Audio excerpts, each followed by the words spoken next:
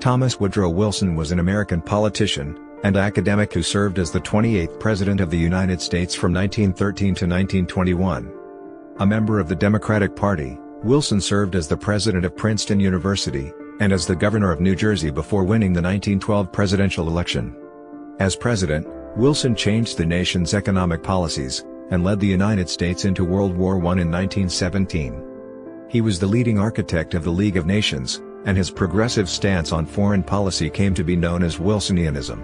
Wilson grew up in the American South, mainly in Augusta, Georgia, during the Civil War and Reconstruction. After earning a Ph.D. in political science from Johns Hopkins University, Wilson taught at various colleges before becoming the president of Princeton University and a spokesman for progressivism in higher education. As governor of New Jersey from 1911 to 1913, Wilson broke with party bosses and won the passage of several progressive reforms. To win the presidential nomination, he mobilized progressives and Southerners to his cause at the 1912 Democratic National Convention. Wilson defeated incumbent Republican William Howard Taft and third-party nominee Theodore Roosevelt to easily win the 1912 United States presidential election, becoming the first Southerner to do so since 1848. During his first year as president, Wilson authorized the widespread imposition of segregation inside the federal bureaucracy. His first term was largely devoted to pursuing passage of his progressive New Freedom domestic agenda. His first major priority was the Revenue Act of 1913, which lowered tariffs and began the modern income tax.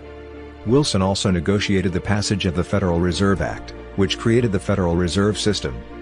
Two major laws, the Federal Trade Commission Act and the Clayton Antitrust Act, were enacted to promote business competition and combat extreme corporate power. At the outbreak of World War I in 1914, the U.S. declared neutrality as Wilson tried to negotiate a peace between the Allied and Central Powers. He narrowly won re-election in the 1916 United States presidential election, boasting how he kept the nation out of wars in Europe and Mexico. In April 1917, Wilson asked Congress for a declaration of war against Germany in response to its policy of unrestricted submarine warfare that sank American merchant ships. Wilson nominally presided over wartime mobilization and left military matters to the generals. He instead concentrated on diplomacy, issuing the 14 points that the Allies and Germany accepted as a basis for post-war peace. He wanted the off-year elections of 1918 to be a referendum endorsing his policies, but instead the Republicans took control of Congress. After the Allied victory in November 1918, Wilson went to Paris where he and the British and French leaders dominated the Paris Peace Conference. Wilson successfully advocated for the establishment of a multinational organization, the League of Nations. It was incorporated into the Treaty of Versailles that he signed. Wilson had refused to bring any leading Republican into the Paris talks, and back home he rejected a Republican compromise that would have allowed the Senate to ratify the Versailles Treaty and join the League. Wilson had intended to seek a third term in office but suffered a severe stroke in October 1919 that left him incapacitated. His wife and his doctor controlled Wilson, and no significant decisions were made. Meanwhile, his policies alienated German and Irish Democrats, and the Republicans won a landslide in the 1920 presidential election. Scholars have generally ranked Wilson in the upper tier of U.S. presidents, although he has been criticized for supporting racial segregation. His liberalism nevertheless lives on as a major factor in American foreign policy, and his vision of ethnic self-determination resonated globally. Thomas Woodrow Wilson was born to a family of Scots-Irish and Scottish descent in Staunton, Virginia. He was the third of 4 children, and the first son of Joseph Ruggles Wilson and Jessie Janet Woodrow. Wilson's paternal grandparents had immigrated to the United States from Strabane, County Tyrone, Ireland, in 1807, settling in Steubenville, Ohio. His grandfather James Wilson published a pro-tariff and anti-slavery newspaper, the Western Herald and Gazette. Wilson's maternal grandfather, Reverend Thomas Woodrow, moved from Paisley, Renfrewshire, Scotland, to Carlisle, Cumbria, England, before migrating to Chillicothe, Ohio, in the late 1830s. Joseph met Jessie while she was attending a girls' academy in Steubenville, and the two married on June 7, 1849. Soon after the wedding, Joseph was ordained as a Presbyterian pastor, and assigned to serve in Staunton. Thomas was born in the Manse, a house of the Staunton First Presbyterian Church where Joseph served. Before he was 2, the family moved to Augusta, Georgia. Wilson's earliest memory was of playing in his yard, and standing near the front gate of the Augusta parsonage at the age of 3, when he heard a passerby announce and discuss that Abraham Lincoln had been elected, and that a war was coming. Wilson was one of only 2 U.S. presidents to be a citizen of the Confederate States of America, the other being John Tyler. Wilson's family identified with the southern United States, and were staunch supporters of the Confederacy during the American Civil War. Wilson's father was one of the founders of the Southern Presbyterian Church in the United States, PCUS, after it split from the Northern Presbyterians in 1861. He became minister of the First Presbyterian Church in Augusta, and the family lived there until 1870. From 1870 to 1874, Wilson lived in Columbia, South Carolina, where his father was a theology professor at the Columbia Theological Seminary. In 1873, Wilson became a communicant member of the Columbia First Presbyterian Church. He remained a member throughout his life. Wilson attended Davidson College in North Carolina for the 1873-74 school year but transferred as a freshman to the College of New Jersey, now Princeton University. He studied political philosophy and history, joined the Phi Kappa Psi fraternity, and was active in the Whig Literary and Debating Society. He was also elected secretary of the school's football association, president of the school's baseball association, and managing editor of the student newspaper. In the hotly contested presidential election of 1876, Wilson declared his support for the Democratic Party and its nominee, Samuel J. Tilden. After graduating from Princeton in 1879, Wilson attended the University of Virginia School of Law, where he was involved in the Virginia Glee Club, and served as president of the Jefferson Literary and Debating Society. After poor health forced his withdrawal from the University of Virginia, he continued to study law on his own while living with his parents in Wilmington, North Carolina. Wilson was admitted to the Georgia bar, and made a brief attempt at establishing a law firm in Atlanta in 1882. Though he found legal history and substantive jurisprudence interesting, he abhorred the day-to-day procedural aspects. After less than a year, he abandoned his legal practice to pursue the study of political science and history. In 1883, Wilson met and fell in love with Ellen Louise Axon, the daughter of a Presbyterian minister from Savannah, Georgia. He proposed marriage in September 1883, she accepted, but they agreed to postpone marriage while Wilson attended graduate school. Ellen graduated from Art Students League of New York, worked in portraiture, and received a medal for one of her works from the Exposition Universelle, 1878, in Paris. She agreed to sacrifice further independent artistic pursuits in order to marry Wilson in 1885.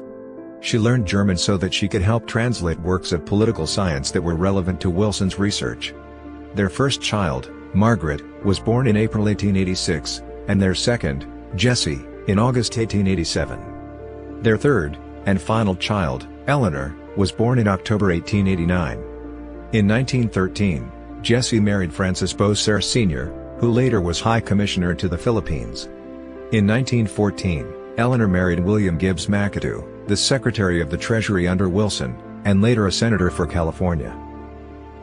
In late 1883, Wilson enrolled at the recently established Johns Hopkins University in Baltimore for doctoral studies.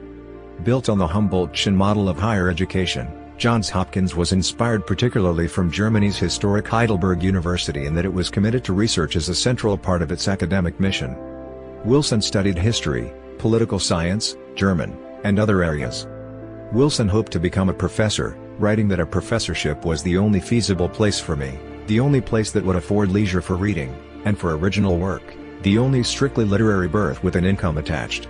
Wilson spent much of his time at Johns Hopkins writing Congressional Government, a study in American politics, which grew out of a series of essays in which he examined the workings of the federal government.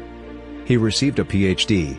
in history and government from Johns Hopkins in 1886, making him the only U.S. president who has possessed a Ph.D. In early 1885, Houghton Mifflin published Congressional Government, which received a strong reception. One critic called it the best critical writing on the American Constitution which has appeared since the Federalist Papers. In 1885 to 1888, Wilson accepted a teaching position at Bryn Mawr College, a newly established women's college near Philadelphia. Wilson taught ancient Greek and Roman history, American history, political science, and other subjects. There were only 42 students, nearly all of them too passive for his taste.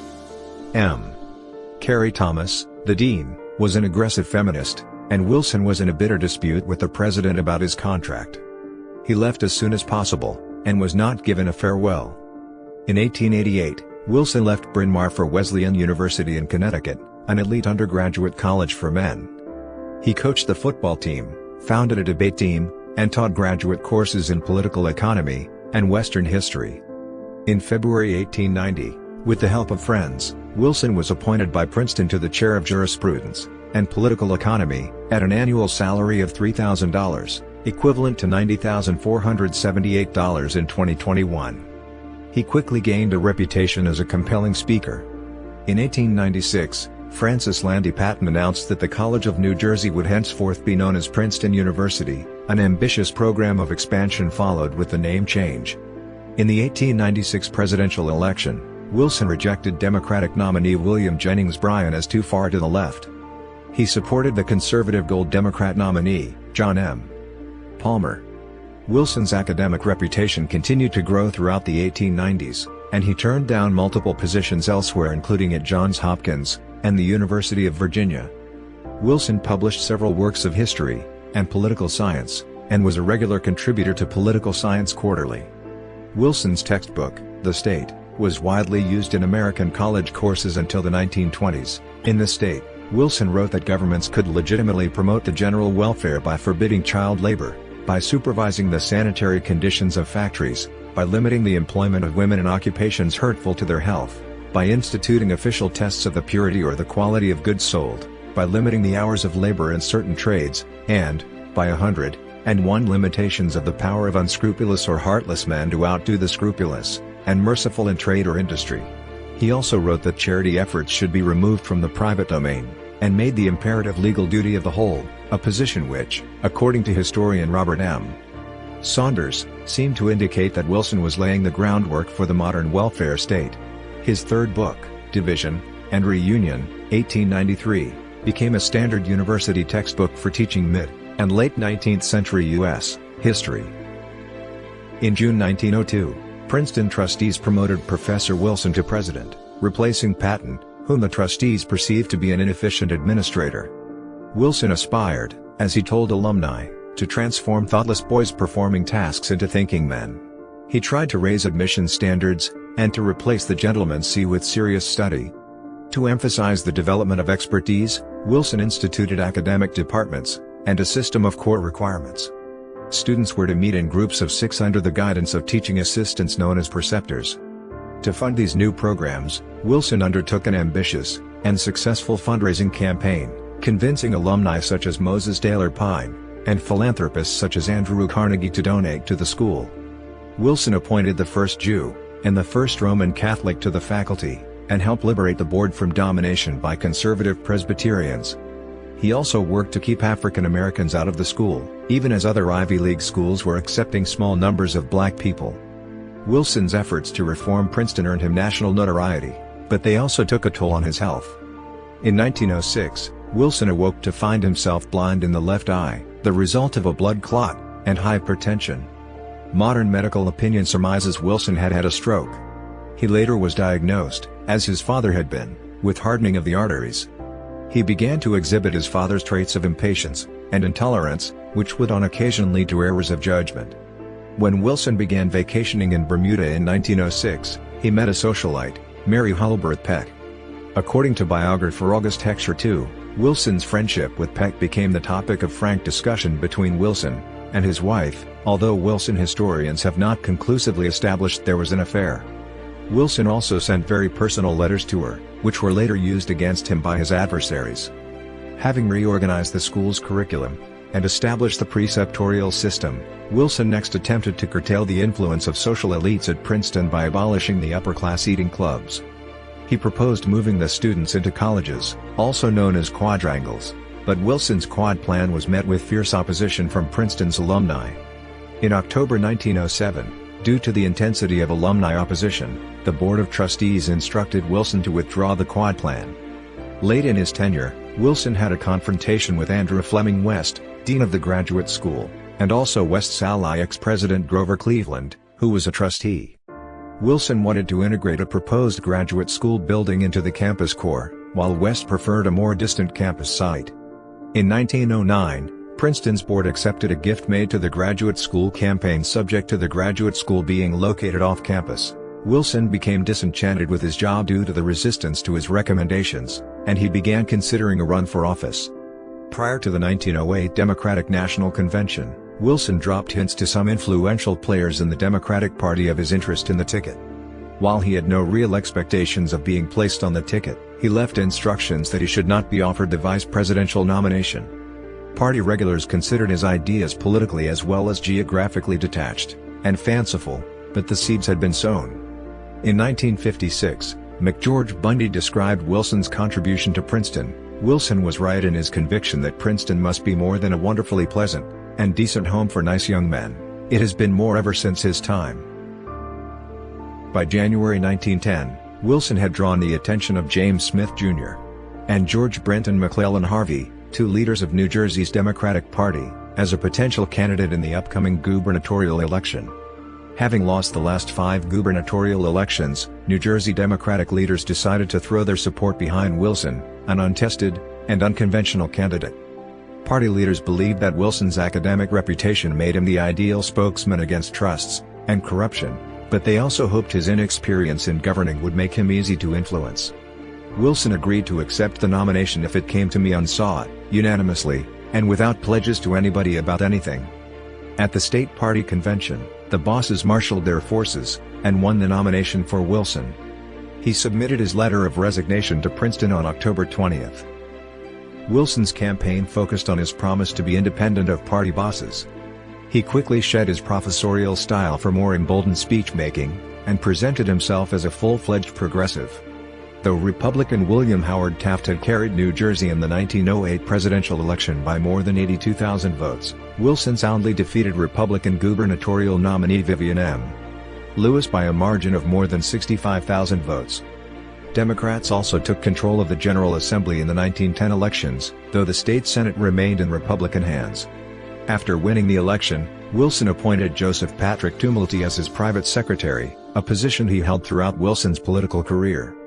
Wilson began formulating his reformist agenda, intending to ignore the demands of his party machinery. Smith asked Wilson to endorse his bid for the U.S. Senate, but Wilson refused, and instead endorsed Smith's opponent James Edgar Martin, who had won the Democratic primary. Martin's victory in the Senate election helped Wilson position himself as an independent force in the New Jersey Democratic Party. By the time Wilson took office, New Jersey had gained a reputation for public corruption. The state was known as the mother of trusts because it allowed companies like Standard Oil to escape the antitrust laws of other states. Wilson and his allies quickly won passage of the Gerard Bill, which undercut the power of the political bosses by requiring primaries for all elective offices and party officials. A corrupt practices law and a workmen's compensation statute that Wilson supported won passage shortly thereafter. For his success in passing these laws during the first months of his gubernatorial term, Wilson won national and bipartisan recognition as a reformer and a leader of the progressive movement. Republicans took control of the state assembly in early 1912, and Wilson spent much of the rest of his tenure vetoing bills. Nonetheless, he won passage of laws that restricted labor by women and children, and increased standards for factory working conditions. A new state board of education was set up with the power to conduct inspections and enforce standards, regulate districts' borrowing authority, and require special classes for students with handicaps. Before leaving office, Wilson oversaw the establishment of free dental clinics, and enacted a comprehensive and scientific poor law. Trained nursing was standardized, while contract labor in all reformatories and prisons was abolished, and an Indeterminate Sentence Act passed.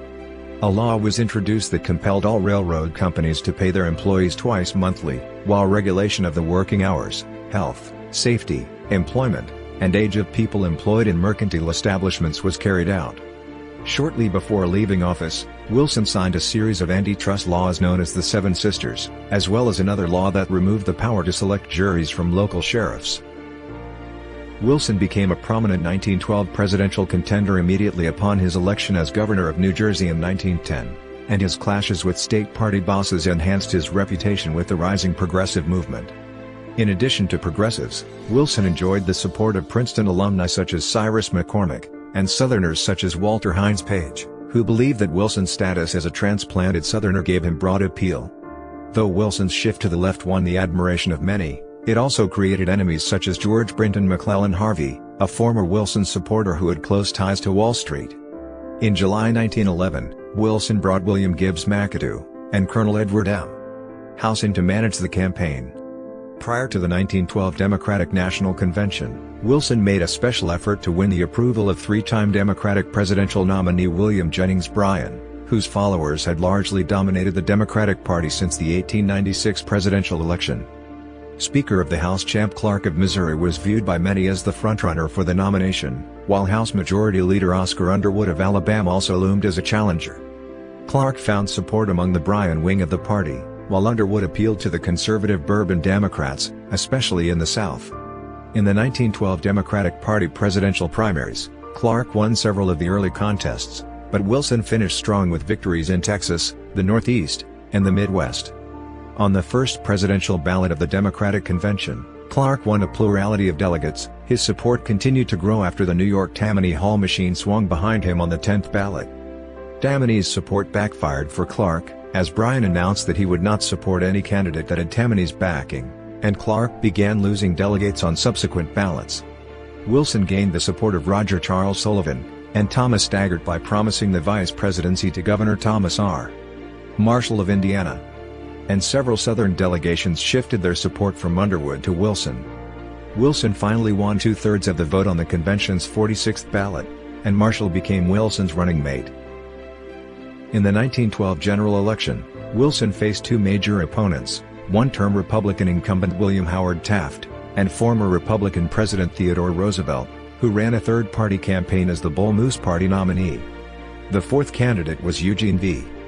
Debs of the Socialist Party. Roosevelt had broken with his former party at the 1912 Republican National Convention after Taft narrowly won re-nomination, and the split in the Republican Party made Democrats hopeful that they could win the presidency for the first time since the 1892 presidential election. Roosevelt emerged as Wilson's main challenger, and Wilson and Roosevelt largely campaigned against each other despite sharing similarly progressive platforms that called for an interventionist central government. Wilson directed campaign finance chairman Henry Morgenthau not to accept contributions from corporations, and to prioritize smaller donations from the widest possible quarters of the public. During the election campaign, Wilson asserted that it was the task of government to make those adjustments of life which will put every man in a position to claim his normal rights as a living, human being. With the help of legal scholar Louis Brandeis, he developed his New Freedom platform, focusing especially on breaking up trusts and lowering tariff rates. Brandeis and Wilson rejected Roosevelt's proposal to establish a powerful bureaucracy charged with regulating large corporations, instead favoring the breakup of large corporations in order to create a level economic playing field. Wilson engaged in a spirited campaign, crisscrossing the country to deliver numerous speeches.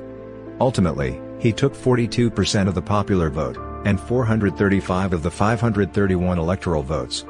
Roosevelt won most of the remaining electoral votes, and 27.4% of the popular vote, one of the strongest third-party performances in U.S. history. Taft won 23.2% of the popular vote but just 8 electoral votes, while Debs won 6% of the popular vote. In the concurrent congressional elections, Democrats retained control of the House, and won a majority in the Senate. Wilson's victory made him the first Southerner to win a presidential election since the Civil War, the first Democratic president since Grover Cleveland left office in 1897, and the first president to hold a Ph.D. After the election, Wilson chose William Jennings Bryan as Secretary of State, and Bryan offered advice on the remaining members of Wilson's cabinet. William Gibbs McAdoo, a prominent Wilson supporter who married Wilson's daughter in 1914, became Secretary of the Treasury, and James Clark McReynolds, who had successfully prosecuted several prominent antitrust cases, was chosen as Attorney General. Publisher Josephus Daniels, a party loyalist, and prominent white supremacist from North Carolina, was chosen to be Secretary of the Navy, while young New York attorney Franklin D. Roosevelt became Assistant Secretary of the Navy. Wilson's Chief of Staff, Secretary, was Joseph Patrick Tumulty, who acted as a political buffer and intermediary with the press. The most important foreign policy advisor and confidant was Colonel Edward M. House. Berg writes that, in access and influence, House outranked everybody in Wilson's cabinet. Wilson introduced a comprehensive program of domestic legislation at the outset of his administration, something no president had ever done before.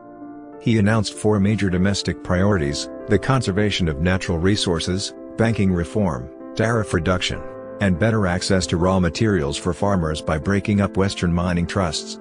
Wilson introduced these proposals in April 1913 in a speech delivered to a joint session of Congress, becoming the first president since John Adams to address Congress in person. Wilson's first 2 years in office largely focused on his domestic agenda. With trouble with Mexico, and the outbreak of World War I in 1914, foreign affairs increasingly dominated his presidency. Democrats had long seen high tariff rates as equivalent to unfair taxes on consumers, and tariff reduction was their first priority. He argued that the system of high tariffs cuts us off from our proper part in the commerce of the world, violates the just principles of taxation, and makes the government a facile instrument in the hands of private interests. By late May 1913, House Majority Leader Oscar Underwood had passed a bill in the House that cut the average tariff rate by 10%, and imposed a tax on personal income above $4,000. Underwood's bill represented the largest downward revision of the tariff since the Civil War. It aggressively cut rates for raw materials, goods deemed to be necessities, and products produced domestically by trusts, but it retained higher tariff rates for luxury goods. Nevertheless, the passage of the tariff bill in the Senate was a challenge. Some Southern and Western Democrats wanted the continued protection of their wool and sugar industries, and Democrats had a narrower majority in the upper house. Wilson met extensively with Democratic senators, and appealed directly to the people through the press. After weeks of hearings and debate, Wilson and Secretary of State Bryan managed to unite Senate Democrats behind the bill. The Senate voted 44-37 in favor of the bill, with only one Democrat voting against it, and only one Republican voting for it. Wilson signed the Revenue Act of 1913, called the Underwood Tariff, into law on October 3, 1913. The Revenue Act of 1913 reduced tariffs, and replaced the lost revenue with a federal income tax of 1% on incomes above $3,000, affecting the richest 3% of the population. The policies of the Wilson administration had a durable impact on the composition of government revenue, which now primarily came from taxation rather than tariffs. Wilson did not wait to complete the Revenue Act of 1913 before proceeding to the next item on his agenda: banking. By the time Wilson took office, countries like Britain and Germany had established government-run central banks, but the United States had not had a central bank since the Bank War of the 1830s. In the aftermath of the nationwide financial crisis in 1907, there was general agreement to create some sort of central banking system to provide a more elastic currency, and to coordinate responses to financial panics. Wilson sought a middle ground between progressives such as Bryan, and conservative Republicans like Nelson Aldrich, who, as chairman of the National Monetary Commission, had put forward a plan for a central bank that would give private financial interests a large degree of control over the monetary system. Wilson declared that the banking system must be public, not private, and must be vested in the government itself, so that the banks must be the instruments, not the masters, of business. Democrats crafted a compromise plan in which private banks would control 12 regional Federal Reserve banks, but a controlling interest in the system was placed in a central board filled with presidential appointees. Wilson convinced Democrats on the left that the new plan met their demands. Finally, the Senate voted 54-34 to approve the Federal Reserve Act. The new system began operations in 1915, and it played a key role in financing the Allied and American war efforts in World War I. Having passed major legislation lowering the tariff and reforming the banking structure, Wilson next sought antitrust legislation to enhance the Sherman Antitrust Act of 1890. The Sherman Antitrust Act barred any contract, combination, or conspiracy in restraint of trade, but had proved ineffective in preventing the rise of large business combinations known as trusts. An elite group of businessmen dominated the boards of major banks and railroads, and they used their power to prevent competition by new companies. With Wilson's support, Congressman Henry Clayton Jr. introduced a bill that would ban several anti-competitive practices such as discriminatory pricing, tying, exclusive dealing, and interlocking directorates. As the difficulty of banning all anti-competitive practices via legislation became clear, Wilson came to back legislation that would create a new agency, the Federal Trade Commission, FTC, to investigate antitrust violations and enforce antitrust laws independently of the Justice Department. With bipartisan support, Congress passed the Federal Trade Commission Act of 1914, which incorporated Wilson's ideas regarding the FTC. 1 month after signing the Federal Trade Commission Act of 1914, Wilson signed the Clayton Antitrust Act of 1914, which built on the Sherman Act by defining and banning several anti-competitive practices. Wilson thought a child labor law would probably be unconstitutional but reversed himself in 1916 with a close election approaching. In 1916, after intense campaigns by the National Child Labor Committee (NCLC) and the National Consumers League, the Congress passed the Keating-Owen Act, making it illegal to ship goods in interstate commerce if they were made in factories employing children under specified ages. Southern Democrats were opposed but did not filibuster. Wilson endorsed the bill at the last minute under pressure from party leaders who stressed how popular the idea was, especially among the emerging class of women voters. He told Democratic congressmen they needed to pass this law, and also a workmen's compensation law to satisfy the national progressive movement, and to win the 1916 election against a reunited GOP. It was the first federal child labor law. However, the U.S. Supreme Court struck down the law in Hammer v. Dagenhart, 1918. Congress then passed a law taxing businesses that used child labor, but that was struck down by the Supreme Court in Bailey v. Drexel Furniture, 1923. Child labor was finally ended in the 1930s. He approved the goal of upgrading the harsh working conditions for merchant sailors, and signed La Follette's Seamen's Act of 1915. Wilson called on the Labor Department to mediate conflicts between labor and management. In 1914, Wilson dispatched soldiers to help bring an end to the Colorado Coalfield War, one of the deadliest labor disputes in American history. In 1916 he pushed Congress to enact the 8-hour workday for railroad workers, which ended a major strike. It was the boldest intervention in labor relations that any president had yet attempted. Wilson disliked the excessive government involvement in the Federal Farm Loan Act, which created 12 regional banks empowered to provide low-interest loans to farmers. Nevertheless, he needed the farm vote to survive the upcoming 1916 election, so he signed it. Wilson embraced the long-standing Democratic policy against owning colonies, and he worked for the gradual autonomy and ultimate independence of the Philippines, which had been acquired in 1898. Wilson increased self-governance on the islands by granting Filipinos greater control over the Philippine legislature.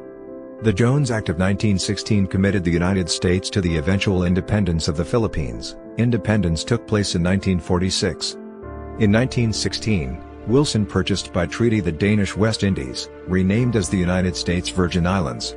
Immigration from Europe declined significantly once World War I began, and Wilson paid little attention to the issue during his presidency. However, he looked favorably upon the new immigrants from Southern and Eastern Europe, and twice vetoed laws passed by Congress intended to restrict their entry, though the later veto was overridden.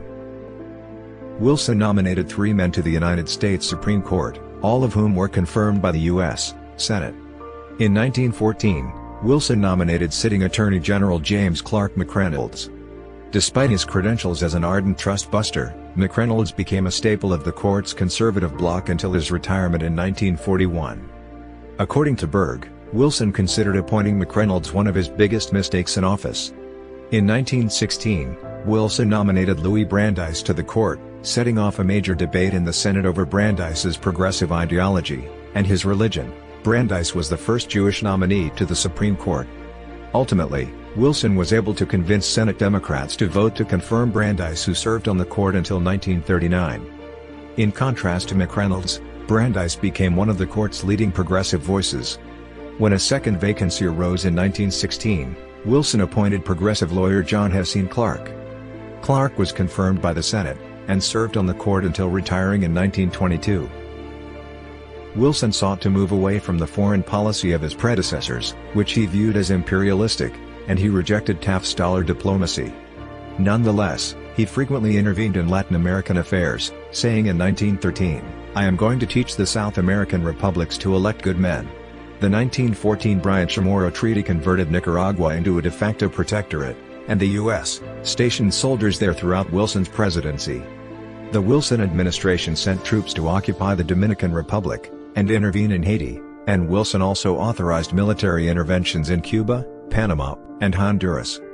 Wilson took office during the Mexican Revolution, which had begun in 1911 after liberals overthrew the military dictatorship of Porfirio Diaz.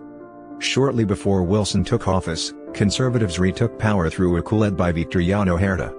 Wilson rejected the legitimacy of Huerta's government of butchers, and demanded Mexico hold democratic elections.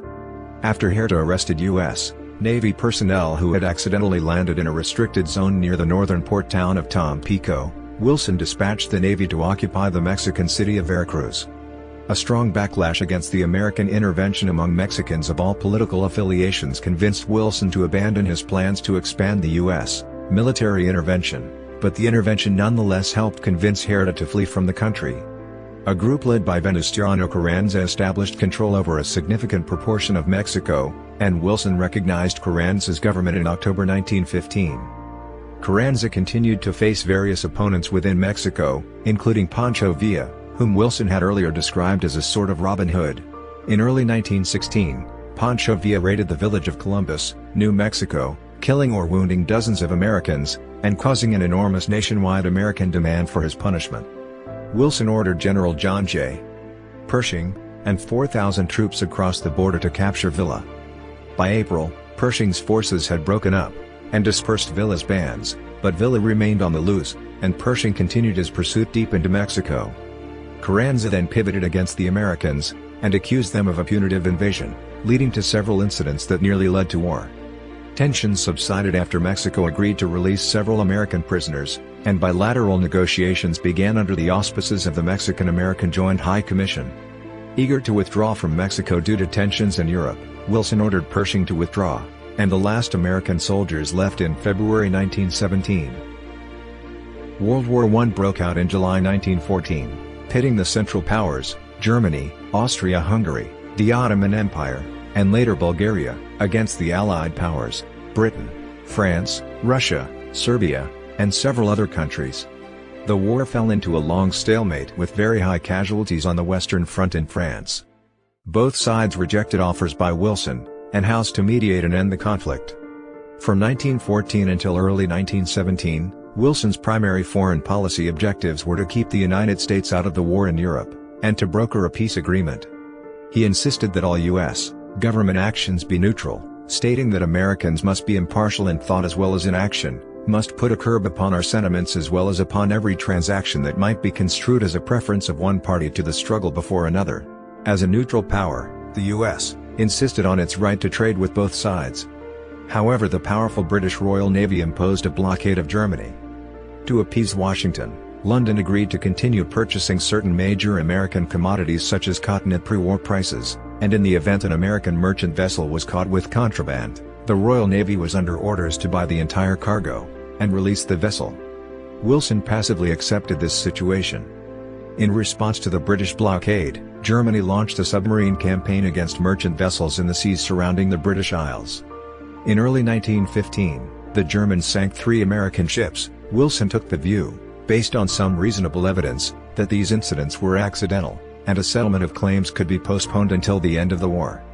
In May 1915, a German submarine torpedoed the British ocean liner RMS Lusitania, killing 1,198 passengers, including 128 American citizens.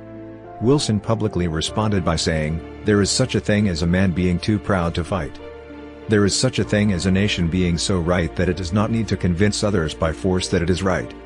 Wilson demanded that the German government take immediate steps to prevent the recurrence of incidents like the sinking of the Lusitania.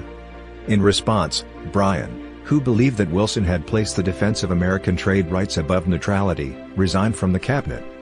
In March 1916, the SS Sussex, an unarmed ferry under the French flag, was torpedoed in the English Channel, and 4 Americans were counted among the dead. Wilson extracted from Germany a pledge to constrain submarine warfare to the rules of cruiser warfare, which represented a major diplomatic concession. Interventionists, led by Theodore Roosevelt, wanted war with Germany, and attacked Wilson's refusal to build up the army in anticipation of war. After the sinking of the Lusitania, and the resignation of Bryan, Wilson publicly committed himself to what became known as the Preparedness Movement, and began to build up the Army, and the Navy. In June 1916, Congress passed the National Defense Act of 1916, which established the Reserve Officers Training Corps, and expanded the National Guard. Later in the year, Congress passed the Naval Act of 1916, which provided for a major expansion of the Navy. The health of Wilson's wife, Ellen, declined after he entered office, and doctors diagnosed her with Bright's disease in July 1914. She died on August 6, 1914.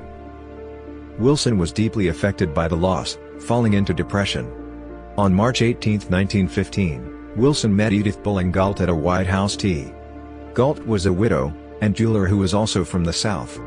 After several meetings, Wilson fell in love with her, and he proposed marriage to her in May 1915. Galt initially rebuffed him, but Wilson was undeterred, and continued the courtship. Edith gradually warmed to the relationship, and they became engaged in September 1915. They were married on December 18, 1915. Wilson joined John Tyler and Grover Cleveland as the only presidents to marry while in office. Wilson was renominated at the 1916 Democratic National Convention without opposition. In an effort to win progressive voters, Wilson called for legislation providing for an 8-hour day and 6-day workweek, health and safety measures, the prohibition of child labor, and safeguards for female workers. He also favored a minimum wage for all work performed by and for the federal government. The Democrats also campaigned on the slogan "He kept us out of war," and warned that a Republican victory would mean war with Germany. Hoping to reunify the progressive and conservative wings of the party, the 1916 Republican National Convention nominated Supreme Court Justice Charles Evans Hughes for president. As a justice, he had been totally out of politics in 1912. Though Republicans attacked Wilson's foreign policy on various grounds, domestic affairs generally dominated the campaign. Republicans campaigned against Wilson's New Freedom policies, especially tariff reduction, the new income taxes, and the Adamson Act, which they derided as class legislation. The election was close, and the outcome was in doubt, with Hughes ahead in the East, and Wilson in the South and West. The decision came down to California. On November 10, California certified that Wilson had won the state by 3,806 votes, giving him a majority of the electoral vote. Nationally, Wilson won 277 electoral votes, and 49.2% of the popular vote, while Hughes won 254 electoral votes, and 46.1% of the popular vote. Wilson was able to win by picking up many votes that had gone to Roosevelt or Debs in 1912. He swept the solid South, and won all but a handful of western states, while Hughes won most of the northeastern and midwestern states. Wilson's re-election made him the first Democrat since Andrew Jackson, in 1832, to win 2 consecutive terms. The Democrats kept control of Congress. In January 1917, the Germans initiated a new policy of unrestricted submarine warfare against ships in the seas around the British Isles. German leaders knew that the policy would likely provoke U.S. entrance into the war, but they hoped to defeat the Allied powers before the U.S. could fully mobilize. In late February, the U.S. public learned of the Zimmermann telegram, a secret diplomatic communication in which Germany sought to convince Mexico to join it in a war against the United States. After a series of attacks on American ships, Wilson held a cabinet meeting on March 20. All cabinet members agreed that the time had come for the United States to enter the war. The cabinet members believed that Germany was engaged in a commercial war against the United States, and that the United States had to respond with a formal declaration of war.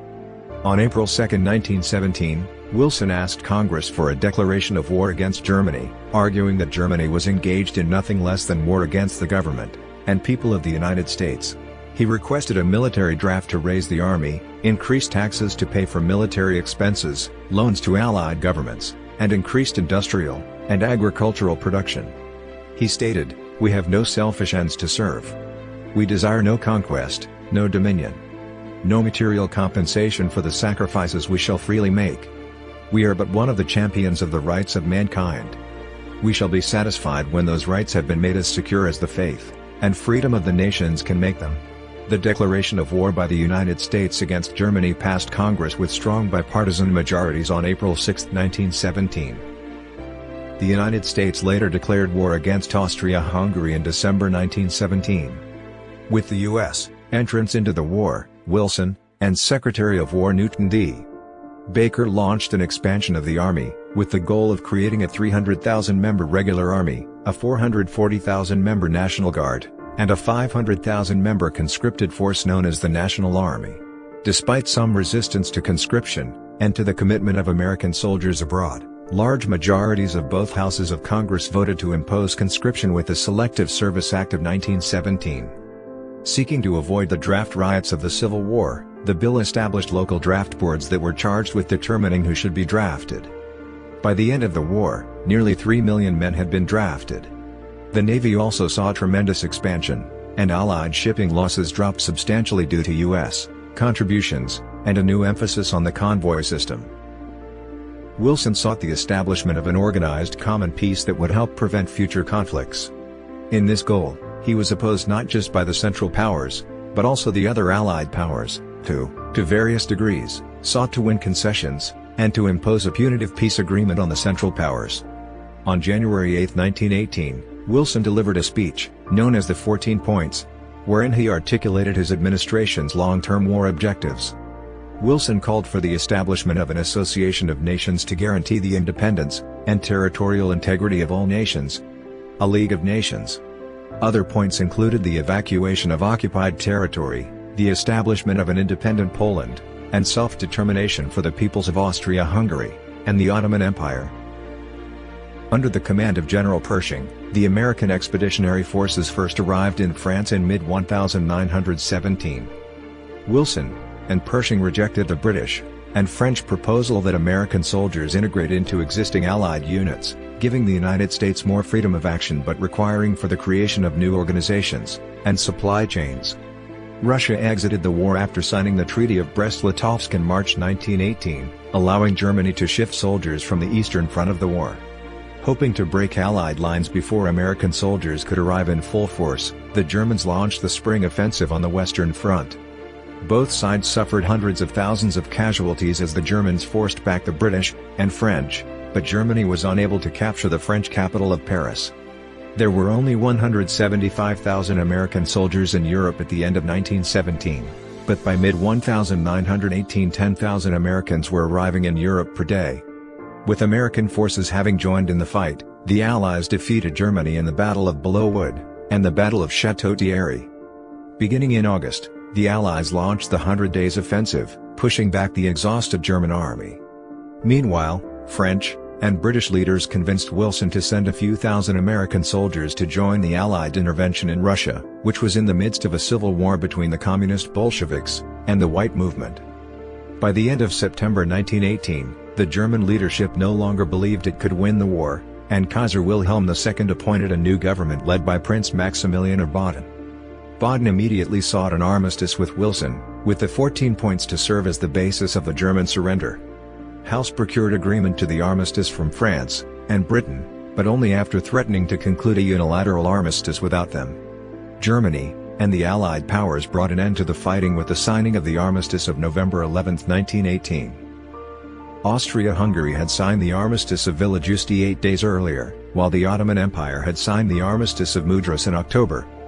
By the end of the war, 116,000 American soldiers had died, and another 200,000 had been wounded. With the American entrance into World War I in April 1917, Wilson became a wartime president. The War Industries Board, headed by Bernard Baruch, was established to set U.S. war manufacturing policies and goals. Future President Herbert Hoover led the Food Administration. The Federal Fuel Administration, run by Harry Augustus Scarfield, introduced daylight saving time and ration fuel supplies. William McAdoo was in charge of war bond efforts. Vance C. McCormick headed the War Trade Board. These men, known collectively as the War Cabinet, met weekly with Wilson. Because he was heavily focused on foreign policy during World War I, Wilson delegated a large degree of authority over the home front to his subordinates. In the midst of the war, the federal budget soared from $1 billion in fiscal year 1916 to $19 billion in fiscal year 1919. In addition to spending on its own military buildup, Wall Street in 1914 to 1916, and the Treasury in 1917 to 1918 provided large loans to the Allied countries, thus financing the war effort of Britain and France. Seeking to avoid the high levels of inflation that had accompanied the heavy borrowing of the American Civil War, the Wilson administration raised taxes during the war. The War Revenue Act of 1917 and the Revenue Act of 1918 raised the top tax rate to 77%, greatly increased the number of Americans paying the income tax, and levied an excess profits tax on businesses and individuals. Despite these tax acts, the United States was forced to borrow heavily to finance the war effort. Treasury Secretary McAdoo authorized the issuing of low-interest war bonds, and, to attract investors, made interest on the bonds tax-free. The bonds proved so popular among investors that many borrowed money in order to buy more bonds. The purchase of bonds, along with other wartime pressures, resulted in rising inflation, though this inflation was partly matched by rising wages and profits. To shape public opinion, Wilson in 1917 established the first modern propaganda office, the Committee on Public Information, CPI, headed by George Creel. Wilson called on voters in the 1918 off-year elections to elect Democrats as an endorsement of his policies. However, the Republicans won over alienated German Americans, and took control. Wilson refused to coordinate or compromise with the new leaders of House and Senate. Senator Henry Cabot Lodge became his nemesis. In November 1919, Wilson's Attorney General, A. Mitchell Palmer, began to target anarchists, industrial workers of the World Members, and other anti-war groups in what became known as the Palmer Raids. Thousands were arrested for incitement to violence, espionage, or sedition. Wilson by that point was incapacitated, and was not told what was happening. After the signing of the armistice, Wilson traveled to Europe to lead the American delegation to the Paris Peace Conference, thereby becoming the first incumbent president to travel to Europe. Although Republicans now controlled Congress, Wilson shut them out. Senate Republicans, and even some Senate Democrats complained about their lack of representation in the delegation. It consisted of Wilson, Colonel House, Secretary of State Robert Lansing, General Tasker H. Bliss, and diplomat Henry White was the only Republican, and he was not an active partisan. Save for a 2-week return to the United States, Wilson remained in Europe for 6 months, where he focused on reaching a peace treaty to formally end the war.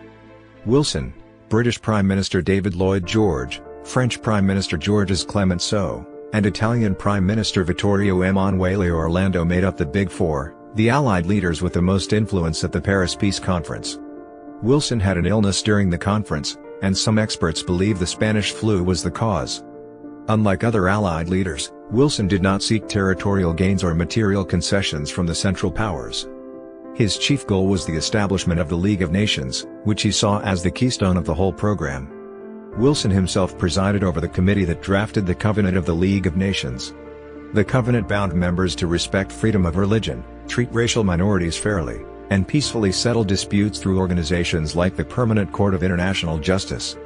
Article X of the League Covenant required all nations to defend League members against external aggression. Japan proposed that the conference endorse a racial equality clause. Wilson was indifferent to the issue, but acceded to strong opposition from Australia and Britain. The Covenant of the League of Nations was incorporated into the conference's Treaty of Versailles, which ended the war with Germany, and into other peace treaties. Aside from the establishment of the League of Nations, and solidifying a lasting world peace, Wilson's other main goal at the Paris Peace Conference was that self-determination be the primary basis used for drawing new international borders. However, in pursuit of his League of Nations, Wilson conceded several points to the other powers present at the conference. Germany was required to permanently cede territory, pay war reparations, relinquish all of her overseas colonies and dependencies, and submit to military occupation in the Rhineland. Additionally, a clause in the treaty specifically named Germany as responsible for the war. Wilson agreed to allowing the Allied European powers, and Japan to essentially expand their empires by establishing de facto colonies in the Middle East, Africa, and Asia out the former German and Ottoman empires. These territorial awards to the victorious countries were thinly disguised as League of Nations mandates. The Japanese acquisition of German interests in the Shandong Peninsula of China proved especially unpopular, as it undercut Wilson's promise of self-government. Wilson's hopes for achieving self-determination saw some success when the conference recognized multiple new and independent states created in Eastern Europe, including Albania, Czechoslovakia, Poland, and Yugoslavia. The conference finished negotiations in May 1919, at which point the new leaders of Republican Germany viewed the treaty for the first time.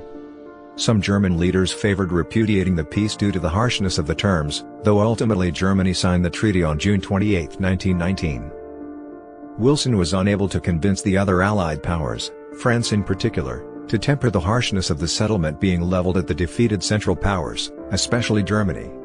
For his efforts towards creating a lasting world peace, Wilson was awarded the 1919 Nobel Peace Prize.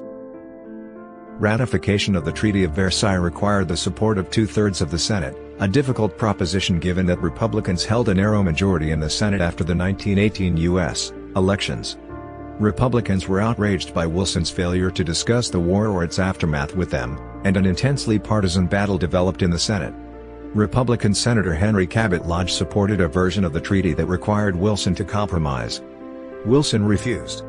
Some Republicans, including former President Taft, and former Secretary of State Elihu Root, favored ratification of the treaty with some modifications, and their public support gave Wilson some chance of winning the treaty's ratification. The debate over the treaty centered around a debate over the American role in the world community in the post-war era, and senators fell into three main groups. The first group, consisting of most Democrats, favored the treaty. 14 senators, mostly Republicans, were known as the Irreconcilables as they completely opposed U.S. entrance into the League of Nations. Some of these Irreconcilables opposed the treaty for its failure to emphasize decolonization and disarmament, while others feared surrendering American freedom of action to an international organization. The remaining group of senators, known as reservationists, accepted the idea of a league but sought varying degrees of change to ensure the protection of American sovereignty, and the right of Congress to decide on going to war. Article X of the League Covenant, which sought to create a system of collective security by requiring League members to protect one another against external aggression, seemed to force the U.S. to join in any war the League decided upon. Wilson consistently refused to compromise, partly due to concerns about having to reopen negotiations with the other treaty signatories.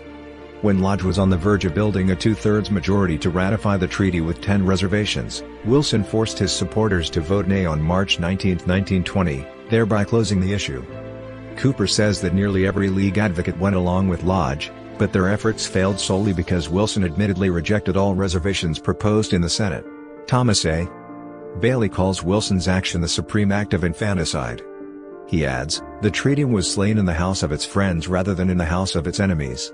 In the final analysis, it was not the two-thirds rule, or the Irreconcilables, or Lodge, or the strong and mild reservationists, but Wilson and his docile following who delivered the fatal stab. To bolster public support for ratification, Wilson barnstormed the western states, but he returned to the White House in late September due to health problems. On October 2, 1919, Wilson suffered a serious stroke, leaving him paralyzed on his left side, and with only partial vision in the right eye. He was confined to bed for weeks, and sequestered from everyone except his wife, and his physician, Drive. Carrie Grayson. Drive. Bert E. Park, a neurosurgeon who examined Wilson's medical records after his death, writes that Wilson's illness affected his personality in various ways, making him prone to disorders of emotion, impaired impulse control, and defective judgment.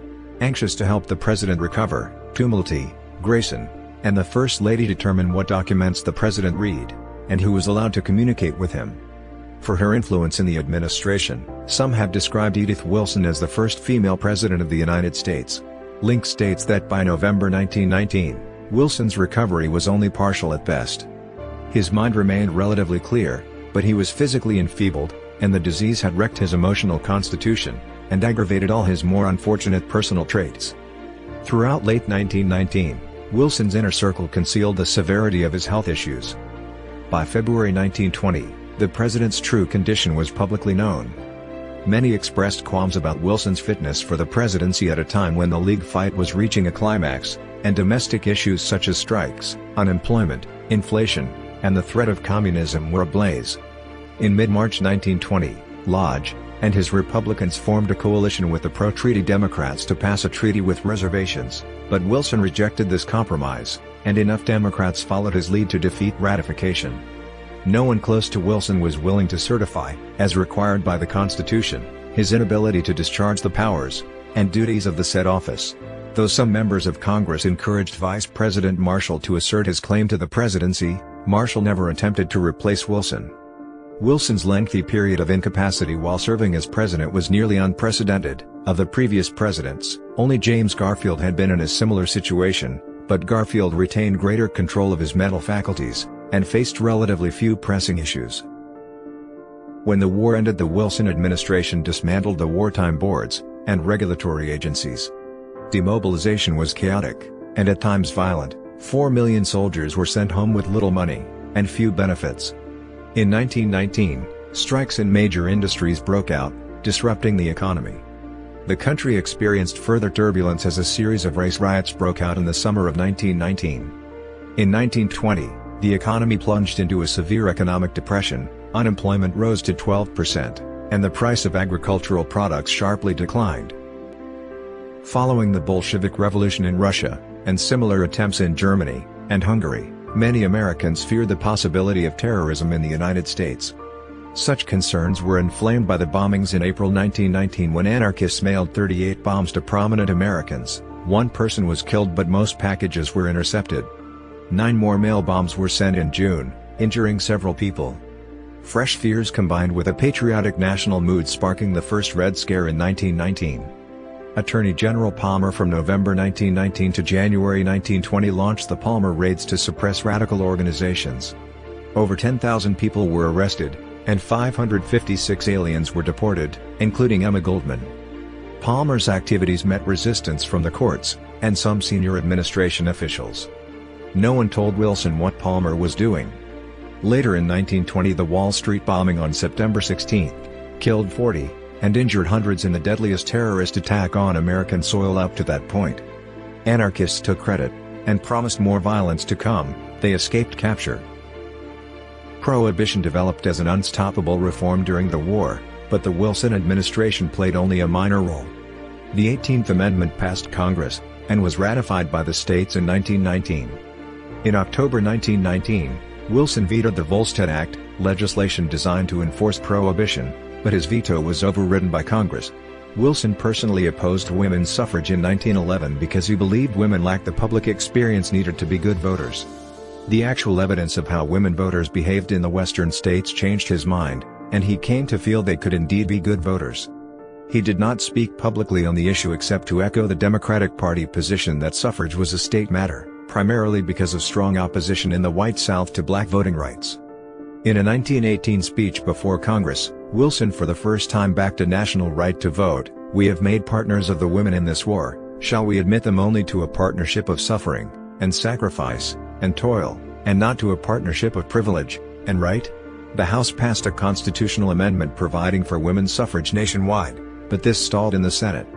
Wilson continually pressured the Senate to vote for the amendment, telling senators that its ratification was vital to winning the war.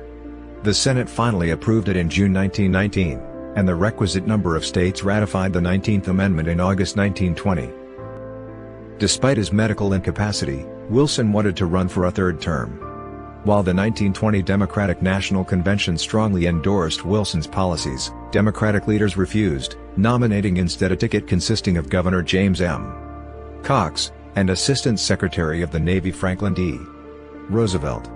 The Republicans centered their campaign around opposition to Wilson's policies, with Senator Warren G.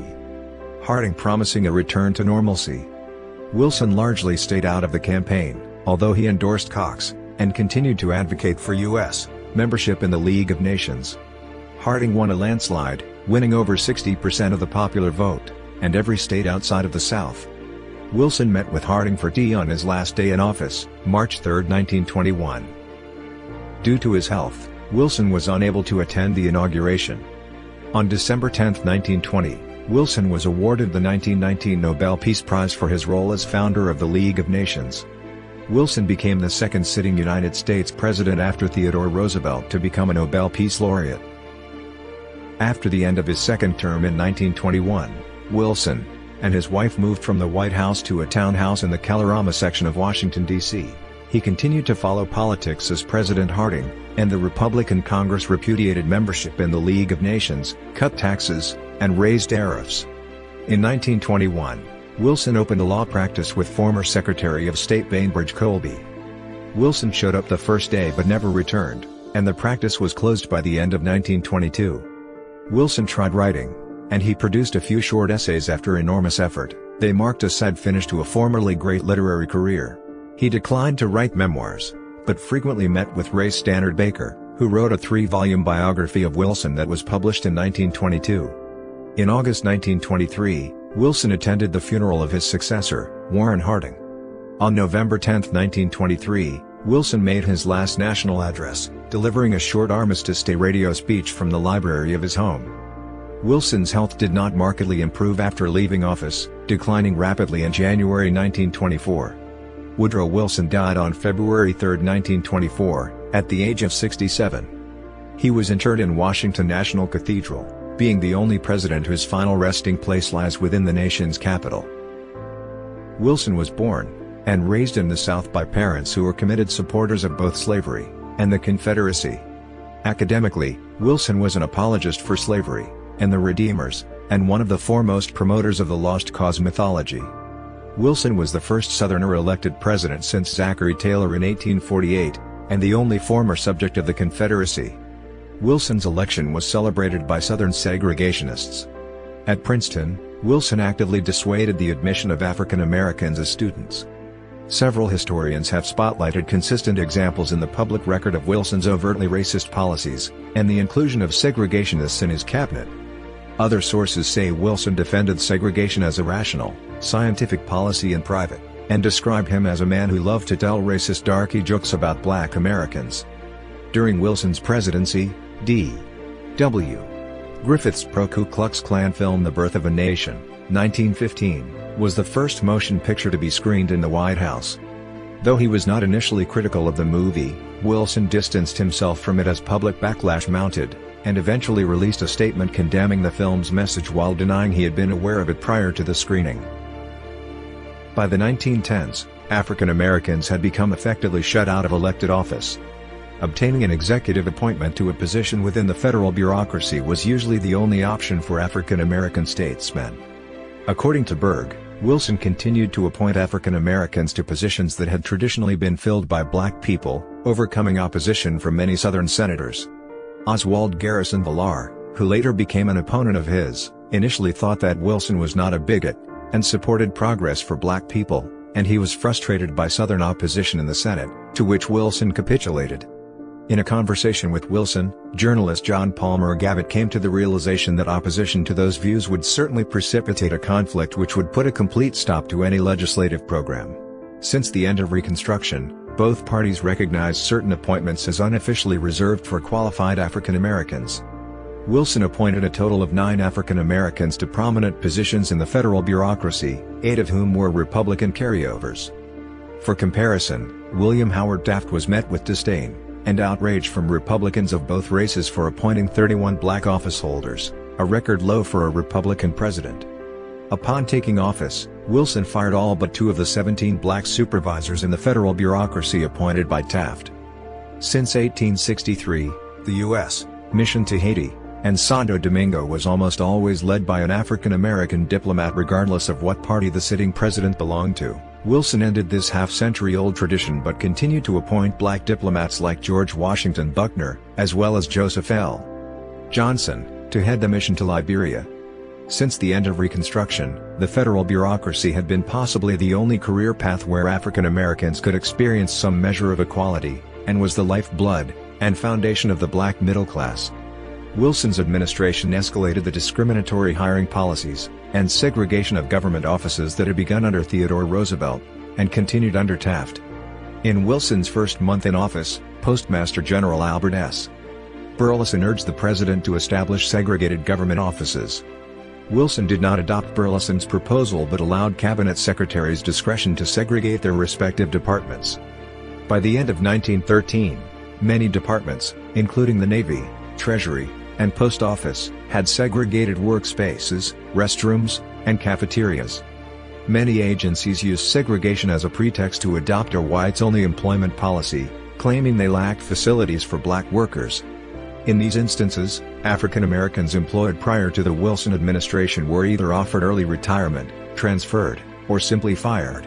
Racial discrimination in federal hiring increased further when after 1914, the United States Civil Service Commission instituted a new policy requiring job applicants to submit a personal photo with their application.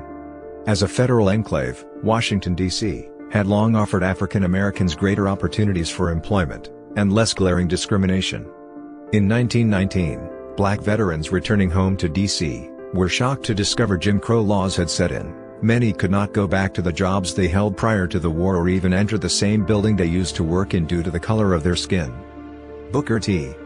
Washington described the situation, "I had never seen the colored people so discouraged and bitter as they are at the present time." While segregation had been present in the Army prior to Wilson, its severity increased significantly under his election. During Wilson's first term, the Army and Navy refused to commission new black officers. Black officers already serving experienced increased discrimination, and were often forced out or discharged on dubious grounds. Following the entry of the U.S. into World War I, the War Department drafted hundreds of thousands of black people into the Army, and draftees were paid equally regardless of race. Commissioning of African Americans officers resumed, but units remained segregated, and most all-black units were led by white officers. Unlike the Army, the U.S. Navy was never formally segregated. Following Wilson's appointment of Josephus Daniels as Secretary of the Navy, a system of Jim Crow was swiftly implemented, with ships, training facilities, restrooms, and cafeterias all becoming segregated. While Daniels significantly expanded opportunities for advancement and training available to white sailors, by the time the U.S. entered World War I, African American sailors had been relegated almost entirely to mess and custodial duties, often assigned to act as servants for white officers. In response to the demand for industrial labor, the Great Migration of African Americans out of the South surged in 1917 and 1918. This migration sparked race riots, including the East Street Louis riots of 1917. In response to these riots, but only after much public outcry, Wilson asked Attorney General Thomas Watt Gregory if the federal government could intervene to check these disgraceful outrages. On the advice of Gregory, Wilson did not take direct action against the riots. In 1918, Wilson spoke out against lynching in the United States, stating, "I say plainly that every American who takes part in the action of mob or gives it any sort of countenance is no true son of this great democracy but its betrayer, and discredits her by that single disloyalty to her standards of law and of rights." In 1919, another series of race riots occurred in Chicago, Omaha, and 24 other major cities in the North. The federal government did not become involved, just as it had not become involved previously. Wilson is generally ranked by historians and political scientists as an above-average president. In the view of some historians, Wilson, more than any of his predecessors, took steps towards the creation of a strong federal government that would protect ordinary citizens against the overwhelming power of large corporations. He is generally regarded as a key figure in the establishment of modern American liberalism, and a strong influence on future presidents such as Franklin D. Roosevelt, and Lyndon B. Johnson. Cooper argues that in terms of impact and ambition, only the New Deal and the Great Society rivaled the domestic accomplishments of Wilson's presidency.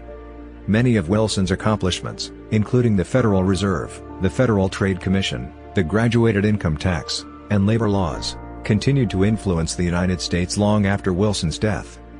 Many conservatives have attacked Wilson for his role in expanding the federal government.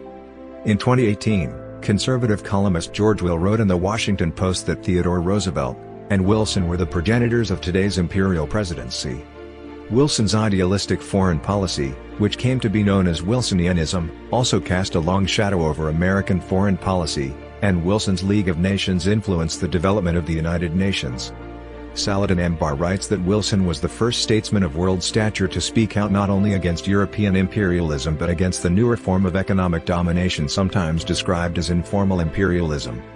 Notwithstanding his accomplishments in office, Wilson has received criticism for his record on race relations and civil liberties, for his interventions in Latin America, and for his failure to win ratification of the Treaty of Versailles. Despite his Southern roots and record at Princeton, Wilson became the first Democrat to receive widespread support from the African American community in a presidential election. Wilson's African American supporters, many of whom had crossed party lines to vote for him in 1912, found themselves bitterly disappointed by the Wilson presidency, his decision to allow the imposition of Jim Crow within the federal bureaucracy in particular. Ross Kennedy writes that Wilson's support of segregation complied with predominant public opinion. A. Scottberg argues Wilson accepted segregation as part of a policy to promote racial progress. By shocking the social system as little as possible, the ultimate result of this policy was unprecedented levels of segregation within the federal bureaucracy, and far fewer opportunities for employment, and promotion being open to African Americans than before. Historian Kendrick Clements argues Wilson had none of the crude, vicious racism of James K. Vardaman or Benjamin R.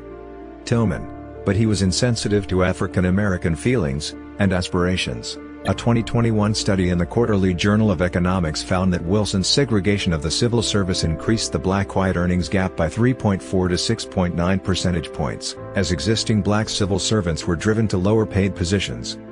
Black civil servants who were exposed to Wilson's segregationist policies experienced a relative decline in home ownership rates, with suggestive evidence of lasting adverse effects for the descendants of those black civil servants.